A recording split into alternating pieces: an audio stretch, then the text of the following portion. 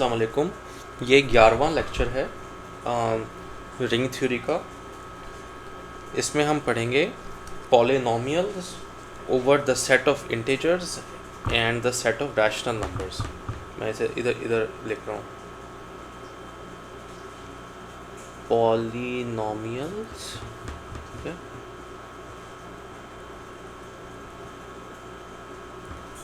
Over z set of integers and q set of rational numbers। ठीक, अच्छा। पहली बात तो ये कि समझे एक ऐसा पॉलिनोमियल है जिसके रैशनल कोएफिशिएंट्स हैं। समझे ax है, ठीक है, वो है equal to k naught over l naught plus k1 over l1x plus dot dot dot plus kn over ln x to the power n। ठीक, हम इसमें अगर ये सारे जो डिनोमिनेटर वाली टर्म्स हैं n नॉट l1 से लेकर ln तक, उन्हें अगर हम फैक्टर आउट कर दें, ठीक, हम इसे इस तरह भी तो लिख सकते हैं ना, ax इक्वल्स 1 ओवर ये l नॉट l1 ये सारे मल्टीपल्स हैं ln तक, ठीक, और फिर न्यूमरेटर में हमारे पास आ जाएगा k नॉट l1 सारे मल्टीपल्स ln प्लस, ठीक है, प्लस और प्लस के एन एल नॉट से लेकर L N plus N minus one तक एक्स एन। ठीक, अच्छा, इसमें ये इम्पोर्टेंट चीज़ क्या है? इसमें ये इम्पोर्टेंट चीज़ है कि ये वाला जो पॉलिनोमियल है, ये वाला इसे हम बोलते हैं बी एक्स बोल सकते हैं इसे। इसके सारे इंटीजर कोएफिशिएंट्स हैं, ठीक, और ये डिफर करता है ए एक्स से सिर्फ एक रैशनल कोएफिशिएंट की वजह से, एक कांस्टेंट फैक्टर की वजह से। ठीक, अच्छा, इसका मतलब ये है कि हर जो पॉलिनोमियल है ना जिसके रैशनल कोएफिशिएंट्स हैं, उस मैं इसे लिख रहा हूँ इधर, for every polynomial with rational coefficients, ठीक है, हर पॉलिनोमियल जिसके रैशनल कोएफिशिएंट्स हैं उसकी देयर इज एक ऐसा पॉलिनोमियल है जिसके इंटीजर कोएफिशिएंट्स हैं,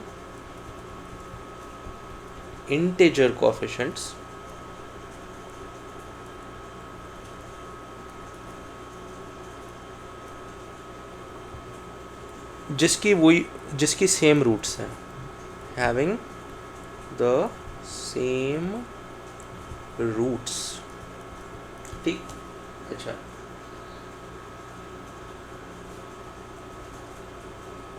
तो इसकी वजह से ना अभी हम सिर्फ उन पॉलिनोमियल्स को देखते हैं जिनके इंटीजर कोएफिशिएंट्स हैं। ठीक, और अब मैं एक थ्योरम प्रूव करूंगा जिससे सारे वो पॉलिनोमियल जिनके इंटीजर कोएफिशिएंट्स हैं उनकी रैशनल रूट्स निकालना आसान हो जाता है। समझे आपके पास एक पॉलिनोमियल है, ठीक है, मैं थ्योरम लिखता हूँ, थ्योरम। समझे आपके पास एक पॉलिनोमियल है जिसके इंटीजर कोएफिशिएंट्स हैं, ax equals a not plus a1x plus dot dot dot plus an xn, ये सारे इंटीजर कोएफिशिएंट्स हैं, ये हैं इंटीजर। ठीक, अच्छा, और समझे s ओवर t एक रैशनल नंबर है, s ओवर t उसकी सिंपलेस्ट फॉर्म में। सिंपलेस्ट फॉर्म का मतलब है कि इसके कोई फैक्टर्स नहीं है, यानी एस ओवर टी में इन दोनों का जो ग्रेटेस्ट कॉमन डिवाइज़र है वो 1 है। नंबर इन सिंपलेस्ट फॉर्म,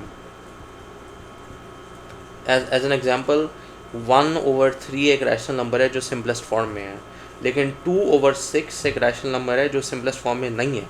क्यों? क्योंकि इसका GCD 2 है, इसे आप सिंप्लीफाई कर सकते हैं 1/3 में। ठीक, अच्छा,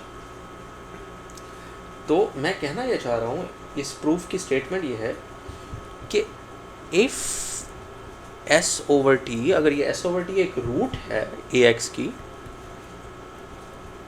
द रूट ऑफ AX, ठीक, इस पॉलिनोमियल के जिसके इंटीजर कोएफिशिएंट्स है, देन S जो है वो A0 को डिवाइड करता है और T जो है वो AN को डिवाइड करता है। अच्छा, इसका प्रूफ क्या है? प्रूफ ये है, समझे S/T एक रूट है, ठीक, S/T एक रूट है AX की, तो इसका मतलब है ना कि समझे ये रूट है, हम सपोज कर रहे हैं, तो इसका मतलब है कि A0 plus A1 S/T plus dot, यानी आप ये सारे इंडिपेंडेंट वेरिएबल्स की जगह S/T सब्सटीट्यूट करें, AN S⁻n/T⁻n, ये है 0 के बराबर, ठीक है। इन दोनों साइड्स में अगर आप T⁻n से मल्टीप्लाई करें तो क्या आ जाता है आपके पास? आपके पास आ जाता है A0 Tn plus A1 STn-1 plus dot plus AN SN equals 0, ठीक है। अब हम अगर इसमें पहले S फैक्टर आउट करें, ठीक है, सिवाय पहली टर्म के, इस वाली टर्म में सारे में, इस वाली जगह पे अगर हम S फैक्टर आउट करें तो आपके पास आ जाता है -A0 T⁻n, या -A0 T⁻n, इसे इस साइड पे दूसरी साइड पे ले गए, इक्वल्स S, हमने S को कॉमन लिया हुआ है, A1 Tn-1 plus dot plus AN SN-1, ठीक। अच्छा, इसका क्या मतलब है स्टेटमेंट का? इस स्टेटमेंट का मतलब ये है कि S जो है वो डिवाइड कर रहा है A0 T⁻n को, ठीक, क्योंकि आप A0 T⁻n को एक्सप्रेस कर सकते हैं in the form of S, लेकिन हमें पता है कि S जो है वो T को तो नहीं डिवाइड करता, तो इसका मतलब है वो A0 को डिवाइड करेगा। इसकी वजह, इसलिए हमने स्टेटमेंट साबित कर दी कि S जो है वो A0 को डिवाइड करता है। इसी तरह अगर आप इन सारे पहले सिवाय आखिरी के पहली बाकी सारी टर्म्स में, इन सारी टर्म्स में अगर आप T को कॉमन ले लें तो आपके पास आ जाता है, मैं इधर लिख रहा हूँ, इस साइड पे इस कॉर्नर में लिख रहा हूँ मैं, आपके पास आ जाता है T A0 Tn-1 plus dot plus AN-1 SN-1 equals -AN SN, और हमने वही लॉजिक इस्तेमाल करके, क्योंकि S1T के कोई कॉमन फैक्टर्स नहीं है, हमें पता लग गया कि T जो है वो डिवाइड कर रहा है AN SN को, जिसका मतलब है कि T डिवाइड करता है AN को, ठीक।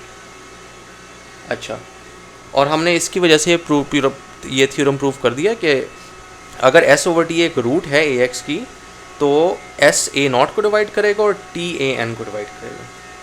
अच्छा, इस थ्योरम की वजह से हम काफ़ी कॉम्प्लेक्स पॉलिनोमियल्स की रूट्स आसानी से निकाल सकते हैं। अच्छा, अगला लेमा देखते हैं। लेमा ये है अगला,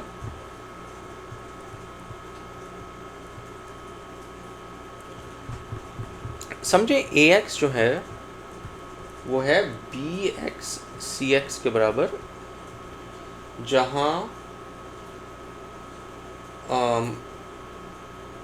इन तीनों के इंटीजर कोएफिशिएंट्स हैं, ठीक, जहाँ AX BX और CX के इंटीजर कोएफिशिएंट्स हैं, ठीक। Integer coefficients. अच्छा, अगर एक प्राइम नंबर डिवाइड करता है, इफ अ प्राइम नंबर, ठीक है, डिवाइड करता है सारे कोएफिशिएंट्स ax के,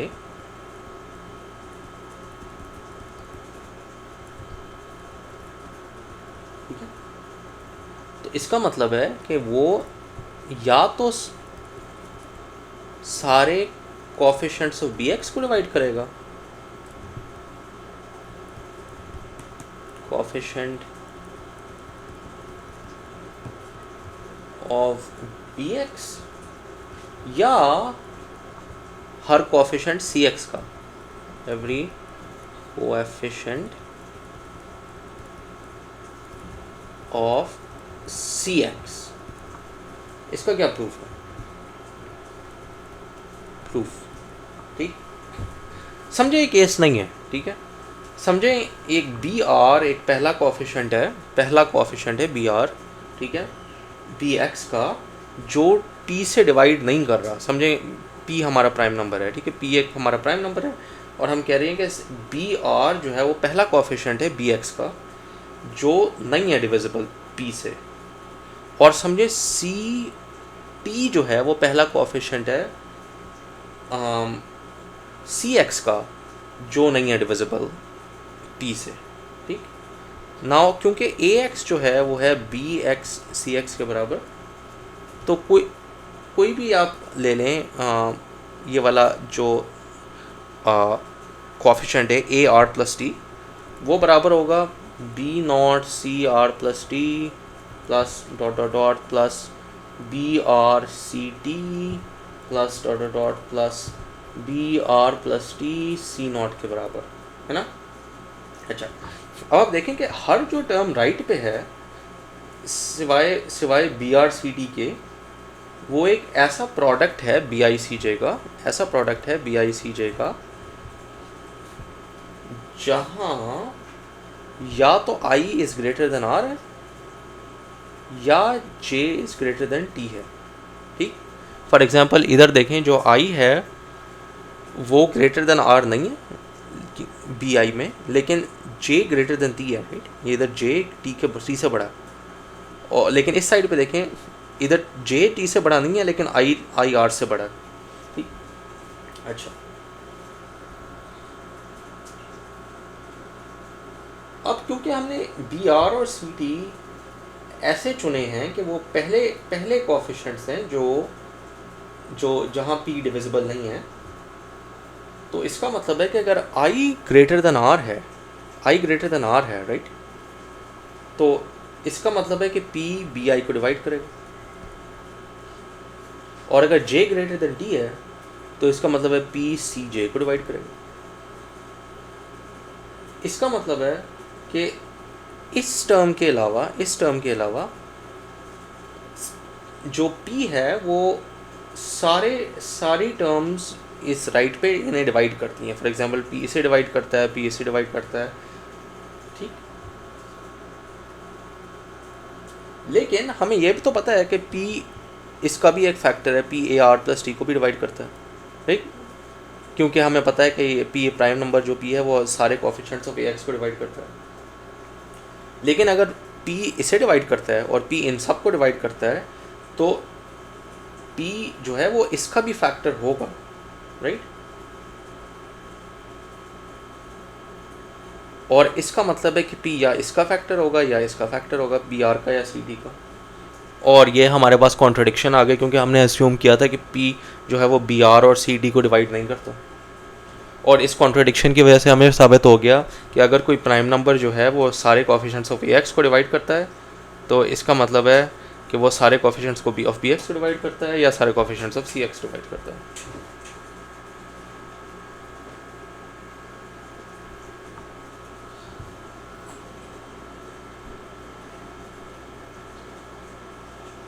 अच्छा, हमने थ्योरम 4 से पहले हमने इस पूरा पिछले थ्योरम से पहले हमने डिस्कवर किया था कि अगर कोई भी पॉलिनोमियल ए एक्स है जिसके रैशनल कोएफिशिएंट्स हैं, उसका एक कांस्टेंट मल्टीपल है जिसके इंटीजर कोएफिशिएंट्स हैं, जिसकी सेम रूट्स हैं।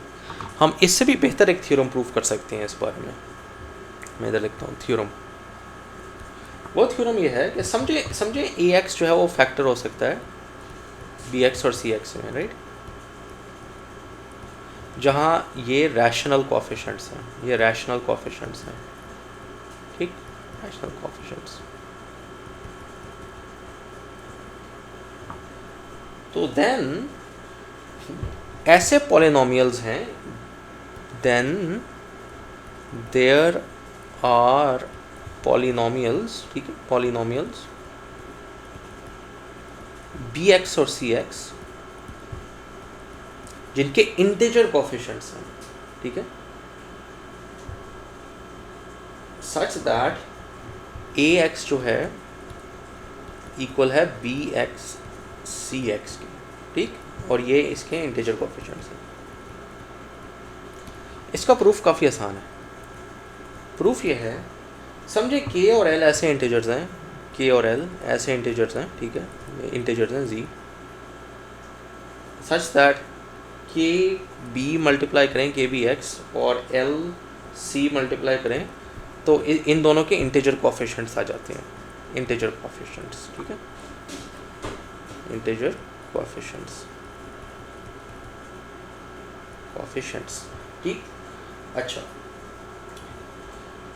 तो इसका मतलब है कि k times L A X होगा के B X times L C X के बराबर, एल सी एक्स के बराबर, ठीक।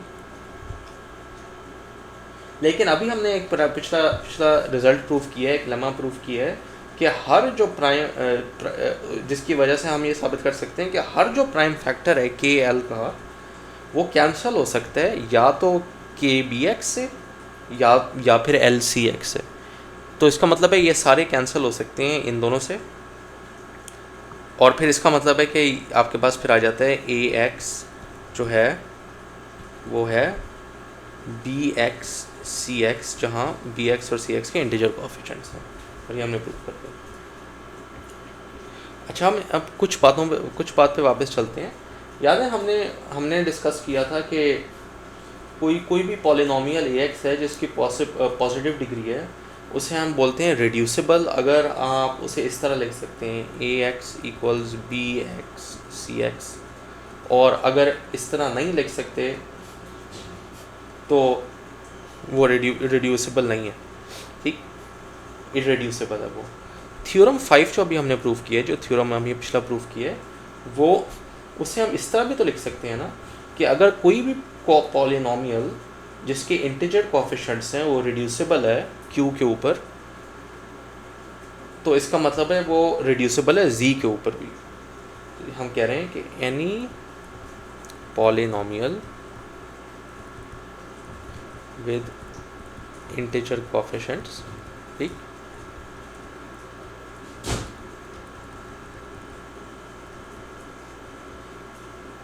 which is reducible over Q is reducible already over Z। जो अभी हमने पिछला थ्योरम प्रूव किया उसका मतलब यही है बेसिकली कि हर पॉलिनोमियल जिसके इंटीजर कोएफिशिएंट्स हैं वो अगर सेट ऑफ रैशनल नंबर्स के ऊपर रिड्यूसिबल है तो इसका मतलब है वो सेट ऑफ इंटीजर्स के भी ऊपर रिड्यूसिबल है। अच्छा, लेकिन अब सवाल ये है कि हम ये कैसे पता लगाएं अगर कोई सा भी पॉलिनोमियल दे दें आपको रैशनल नंबर्स के ऊपर कि वो इररेड्यूसिबल है या नहीं। इसके लिए एक बहुत अच्छा हमारे पास थ्योरम है, थ्योरम उसे बोलते हैं, इस थ्योरम का नाम है आइजनस्टाइन्स इररेड्यूसिबिलिटी क्राइटेरिया। आइजनस्टाइन्स इररेड्यूसिबिलिटी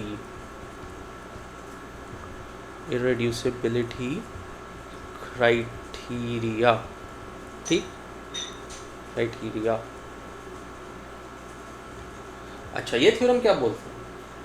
ये कहता है कि समझे आपके पास एक पॉलिनोमियल है a x equals a naught plus a one x, ठीक, plus dot dot dot plus ANX, ठीक। और इसके इंटीजर कोएफिशिएंट्स हैं। और समझे आपके पास एक प्राइम नंबर है P जो इन सारे कोएफिशिएंट्स को डिवाइड करता है सिवाय AN के, ठीक है, सिवाय AN के। अच्छा,